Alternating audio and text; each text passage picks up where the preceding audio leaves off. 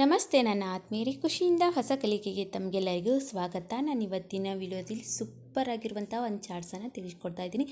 Just ನಿಮ್ಮ ಹತ್ರ 5 ನಿಮಿಷ ಟೈಮ್ ಇದ್ದರೆ ಸಾಕು, ಬೇಗನೆ ಮಾಡ್ಕೊಳ್ಳುವಂತಹ ಈ ಚಾಟ್ಸು ನಾಲಿಗೆಗೆ ಪಕ್ಕ ರುಚಿ ಕೊಡುತ್ತೆ ಅಂತಲೇ ಹೇಳ್ಬೋದು.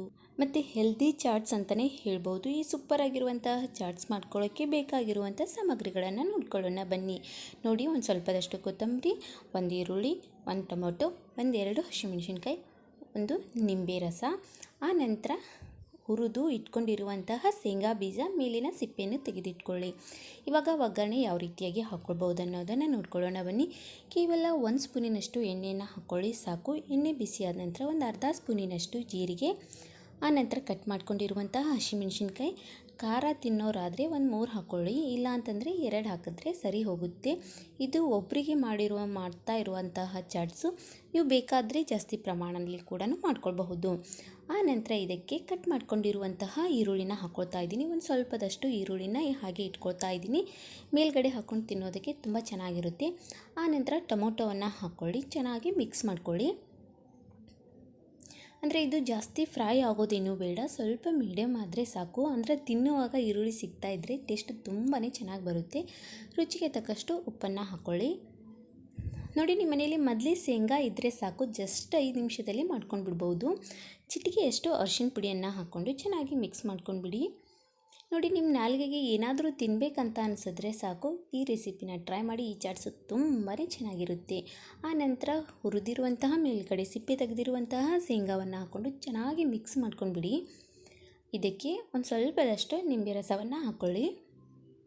ನೋಡಿ, ಸ್ವಲ್ಪ ಇಂಗ್ರೀಡಿಯೆಂಟ್ಸನ್ನು ಬಳಸ್ಕೊಂಡು ಪಕ್ಕ ನಾಲಿಗೆಗೆ ರುಚಿ ಕೊಡುವಂತಹ ಚಾಟ್ಸ್ ಯಾವ ರೀತಿಯಾಗಿ ಮಾಡ್ಕೊಳ್ಳೋದಲ್ಲ, ಸೂಪರಾಗಿರುತ್ತೆ. ಮತ್ತು ಜಸ್ಟ್ 5 ನಿಮಿಷದಲ್ಲಿ ಈ ಚಾಟ್ಸು ರೆಡಿ ಆಗಿಬಿಡುತ್ತೆ.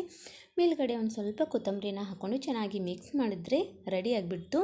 ಇವಾಗ ಒಂದು ಸರ್ವಿಂಗ್ ಪ್ಲೇಟ್ಗೆ ಸರ್ವ್ ಮಾಡಿಕೊಂಡು ಒಂದು ಸ್ವಲ್ಪದಷ್ಟು ಅಲಂಕಾರ ಮಾಡಿದ್ರೆ ಸಾಕು, ತಿನ್ನೋರಿಗೆ ಸೂಪರಾಗಿಯೂ ಕಾಣುತ್ತೆ ಮತ್ತು ನಾಲ್ಗೆಗೆ ಸೂಪರ್ ರುಚಿ ಕೊಡುತ್ತೆ ಅಂತಲೇ ಹೇಳ್ಬೋದು. ನೋಡಿ, ಇವಾಗ ಒಂದು ಪ್ಲೇಟ್ಗೆ ನಾನು ಮಾಡ್ಕೊಂಡಿರುವಂತಹ ಶೇಂಗಾ ಚಾಟ್ಸನ್ನು ಹಾಕ್ಕೊಳ್ತಾ ಇದ್ದೀನಿ. ನೋಡಿ, ನೋಡೋದಕ್ಕೆ ಎಷ್ಟು ಚೆನ್ನಾಗಿ ಕಾಣಿಸ್ತಾ ಇದೆ ಅಲ್ವಾ, ಹಾಗೆ ತಿನ್ನುವಾಗೂ ಕೂಡ ಅಷ್ಟೊಂದು ಚೆನ್ನಾಗಿರುತ್ತೆ ಅಂತಲೇ ಹೇಳ್ಬೋದು. ನೋಡಿ, ಇವಾಗೆಲ್ಲವನ್ನು ಹಾಕ್ಕೊಳ್ತಾ ಇದ್ದೀನಿ. ಮೇಲ್ಗಡೆ ಮೊದಲೇ ಕಟ್ ಮಾಡ್ಕೊಂಡಿರುವಂತಹ ಈರುಳ್ಳಿನ ಹಾಕ್ಕೊಂಡಿದ್ದೀನಿ. ಆನಂತರ ಕಟ್ ಮಾಡ್ಕೊಂಡಿರುವಂತಹ ಕೊತ್ತಂಬರಿಯನ್ನು ಹಾಕ್ಕೊಳ್ಳಿ.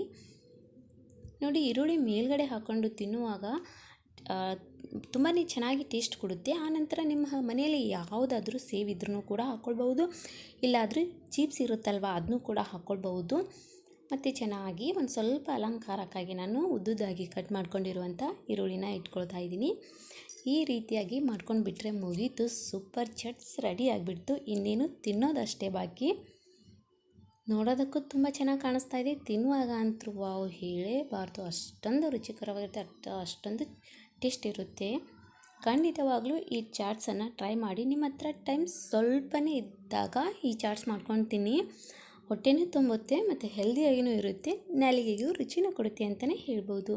ನೋಡಿದ್ರಲ್ವಾ ಯಾವ ರೀತಿಯಾಗಿ ಶೇಂಗಾ ಚಾಟ್ಸನ್ನು ಮಾಡ್ಕೊಳ್ಬೋದು ಅನ್ನೋದನ್ನು. ತಪ್ಪದೇ ನೀವು ಈ ಚಾಟ್ಸನ್ನು ಟ್ರೈ ಮಾಡಿದ್ದೆ ಆದರೆ ಹೇಗೆ ಬಂದಿದೆ ಅನ್ನೋದನ್ನು ಕಮೆಂಟ್ ಮೂಲಕವಾಗಿ ತಿಳಿಸಿ. ಹೀಗೆ ಮುಂದಿನ ಹೊಸ ವೀಡಿಯೋನಿಗೆ ನಾನು ನಿಮ್ಗೆ ಸಿಗ್ತಾ ಇರ್ತೀನಿ. ಟೇಕ್ ಕೇರ್, ಬಾಯ್. ಖುಷಿಯಾಗಿರಿ, ಸದಾ ಹೊಸದನ್ನು ಯೋಚಿಸ್ತಾ ಇರಿ. Thank you.